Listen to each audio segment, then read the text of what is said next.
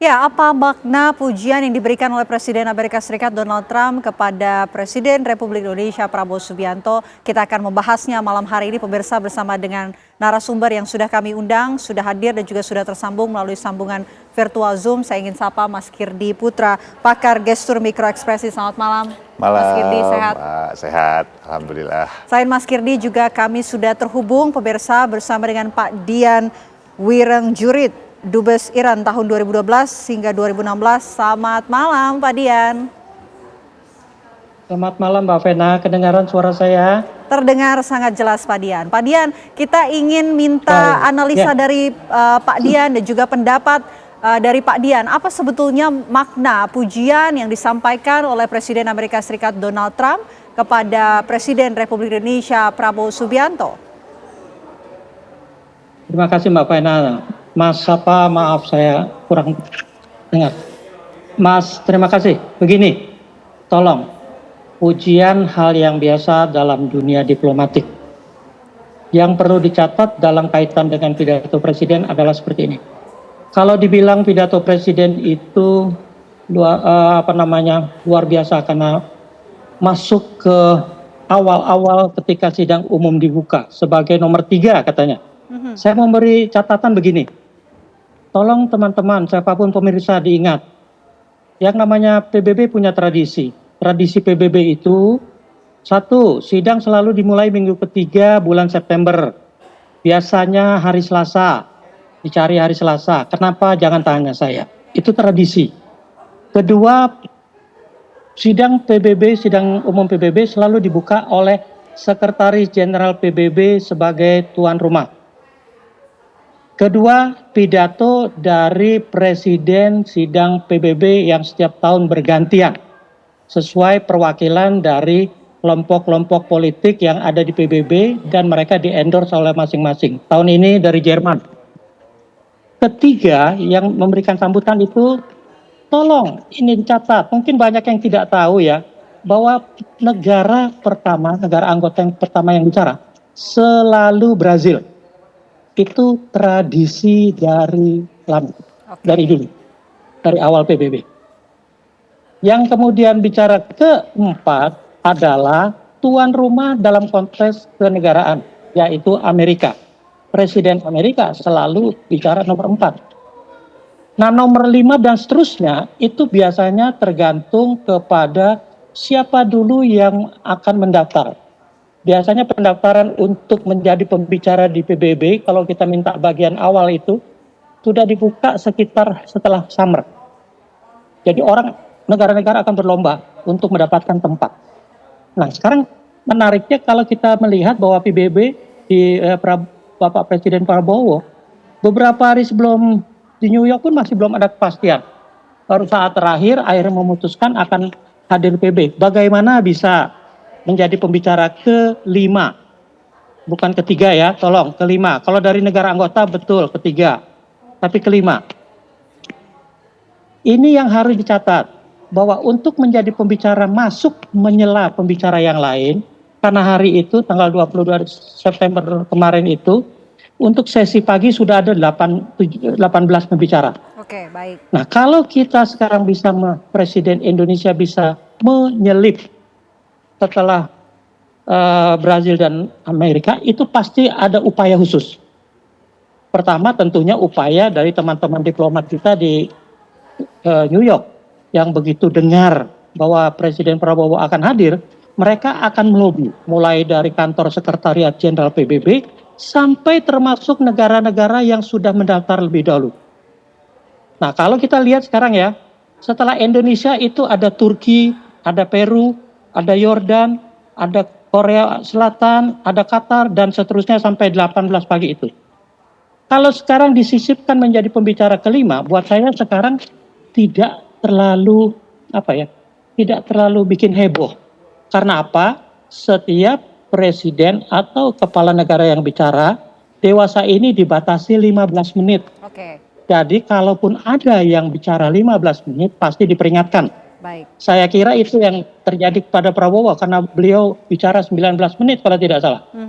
Nah, kalau sekarang 15 menit harus menunggu, saya yakin kepala negara setelah atau yang tergeser oleh Prabowo pasti tidak keberatan menunggu 15 menit. Di masa lalu, pidato seorang kepala negara atau kepala pemerintahan di PBB tidak akan bisa dibatasi. Kalau kita ingat, Presiden Kuba Fidel Castro pada tahun 60 bicara 269 menit, 10 jam di PBB. Tapi dengan efisiensi yang kemudian diterapkan khususnya sejak pasca Perang Dingin, Presiden dan kepala negara yang bicara dibatasi 15 menit. Bahkan pada level nanti di komite itu juga setiap negara hanya diberikan waktu 8 menit kalau tidak salah. Okay. Jadi menunggu 15 menit tidak akan terlalu lama. Mengingat 15 menit itu sebelum naik panggung, Bapak Presiden PBB Prabowo pasti sudah akan diminta 15 menit sebelumnya tunggu di holding room menunggu Presiden Trump selesai bicara. Setelah Presiden Trump selesai bicara, Prabowo akan dipanggil dan presiden berikutnya yaitu Turki Erdogan. Begitulah protokoler di PBB. Jadi menunggu 15 menit untuk pidato berikutnya, tidak berjam-jam atau berpuluh-puluh menit di masa lalu. Nah, kalau dilihat dari seperti itu saja, buat saya pemahaman kita harus korek ya, akurat, bahwa presiden yang setelah Prabowo ini adalah sahabat-sahabat kita. Jadi mereka tidak akan keberatan. Apalagi Indonesia sudah absen 10 tahun. Dan dalam 10 tahun ini terjadi begitu banyak perkembangan yang membuat mata dunia memang melihat ke Indonesia. Jadi kehadiran Presiden Prabowo harus dilihat juga dalam kerangka terlalu lama absennya kita di PBB.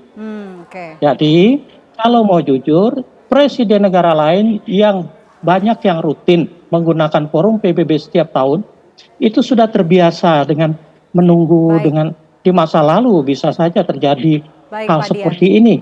Artinya ada presiden yang memang sudah dinantikan. Seperti itu, terima kasih. Baik, saya mau ke Pak Kirdi kalau begitu. Pak Kirdi, kalau kita melihat ya setelah Presiden Republik Indonesia Prabowo Subianto berpidato dengan tegas, dengan kemudian menghentakkan meja, sempat mendapatkan notis ya dan juga pujian dari Presiden Amerika Serikat Donald Trump. Anda melihatnya apa sebetulnya makna pujian yang disampaikan oleh Donald Trump? Oke, sebelum kita masuk ke inti kemungkinan apa sih yang kemudian ditanda petik dimaksud oleh Trump, kita perlu memahami dulu. Saya sepakat tadi dengan Pak Dian tadi bahwa pujian itu biasa di dalam diplomasi. Bahkan negara yang saling bermusuhan, misalnya Trump memuji Putin misalnya gitu, itu biasa sekali gitu ya. Itu satu. Kemudian yang kedua, di dalam konteks bahwa Trump itu adalah pebisnis. Kita perlu tahu itu. Mindset dasar dia itu pebisnis. Di dalam dunia bisnis sama dengan diplomasi di politik, bahwa memuji orang untuk mendapatkan sesuatu yang saya inginkan. Ada motif gitu ya? Iya, ada hidden agenda gitu. Dan itu sah-sah saja. Dan para pebisnis juga tahu gitu. Misalnya pujian itu nggak langsung ditangkap mentah-mentah. Nah, berdasarkan dua hal ini, maka sebetulnya kita perlu tanda petik ya, kita nggak berburuk sangka. Tetapi kita juga perlu tetap waspada. Bahwa bisa jadi iya benar bahwa Trump memuji speech-nya Prabowo. Tapi perlu dilihat bahwa intisari dari speech-nya Prabowo itu kan sebetulnya tentang Palestina salah satunya.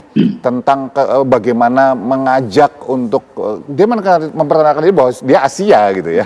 Bahwa ini perlu, kita tuh bahwa semuanya itu perlu bangkit menjadi tempat yang lebih baik, dunia itu gunanya UN seperti itu. Dan ujung-ujungnya adalah tentang salah satunya Palestina.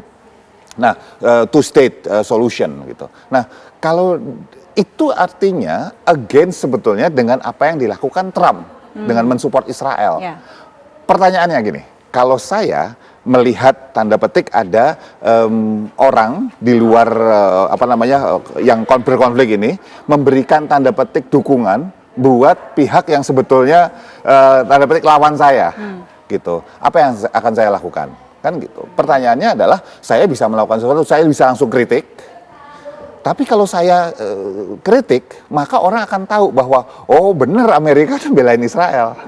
Tapi kalau saya memuji Indonesia dalam hal ini, maka publik dalam artian UN, dia berusaha memberikan kesan pada citra tersebut, pada UN, anggota-anggota negara-negara lain, bahwa dia mencoba untuk jadi tanda petik tetap jadi polisi dunia yang netral.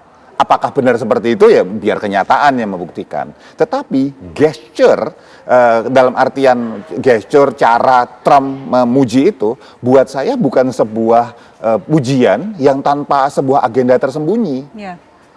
Itu biasa buat pebisnis, biasa dalam diplomasi, dan buat saya Trump lagi memainkan pionnya tersebut. Oke, biasa dalam bisnis, Trump lagi memainkan pionirnya dan juga ingin berperan mungkin untuk menjadi polisi bagi dunia netral. Kalau menurut Anda, Pak Dian, apakah benar apa yang kemudian ditunjukkan oleh Presiden Donald Trump di hadapan Presiden Prabowo Subianto usai berpidato dan juga sempat memuji, ini memang seperti yang dikatakan oleh Mas Kirdi? Mbak Pena, terima kasih. Mas Kirdi, terima kasih. Ini menegaskan kembali apa yang disampaikan Mas Kirdi. Dalam diplomasi, Mbak Pena, para pemirsa, tolong. Diplomasi itu tidak mengenal kata kalau ketemu langsung akan pukul-pukulan, kan tidak. Ya. Pasti ketemu langsung akan berbasa-basi. Nah, basa-basi diplomasi seperti itulah. Oke. Bahwa kalau ketemu langsung tidak akan ada saling kecam. Nah, tolong diingat, Trump dalam hal ini adalah tuan rumah. Jadi tuan rumah di sebuah organisasi internasional, lepas bahwa markas besar PBB ada di Amerika. Nah, dalam kaitan sebagai tuan rumah, itulah gesture tuan rumah untuk menyambut siapapun, apalagi yang berdekatan waktu pidatonya dengan Presiden Trump sendiri, sehingga ada kemungkinan bertemu sebelum atau sesudahnya, yang ada adalah pujian, tidak mungkin kecaman. Seperti tadi disinggung, di Alaska ketemu Putin sampai diajak masuk ke mobil ke Presiden Amerika, wah orang dunia pikir akan ada perubahan pendekatan, tapi kan tidak. Nah, buat saya begini loh, Mbak Pena, teman-teman. Marilah kita melihat gesture diplomatik secara lebih luas. Ingat, Presiden Prabowo menerima Raja Saudi.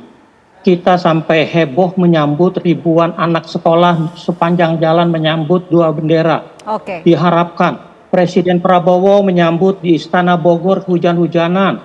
Tapi investasi yang datang dari Arab Saudi hanya 8 miliar dolar. Baik. Sementara Saudi ke Cina hanya diterima di gedung parlemen dengan 40 anak bawa bendera. Itu bisa mendapatkan 90 miliar dolar. Artinya apa? Itulah yang namanya basa-basi diplomasi. Tidak bisa dikaitkan. Makasih. Oke, baik. Kita juga ingin membahas lebih detail lagi mengenai gestur yang ketika Presiden Republik Indonesia Prabowo Subianto berpidato dalam sidang Majelis Umum PBB, termasuk juga nanti Pak Dian bisa sekaligus menanggapi. Kita juga ingin membandingkan gaya berpidato Pak Presiden Prabowo Subianto dengan Presiden Soekarno. Tapi nanti kita bahas usai jeda. Apa kabar Indonesia Malam akan kembali untuk Anda sesaat lagi pemirsa.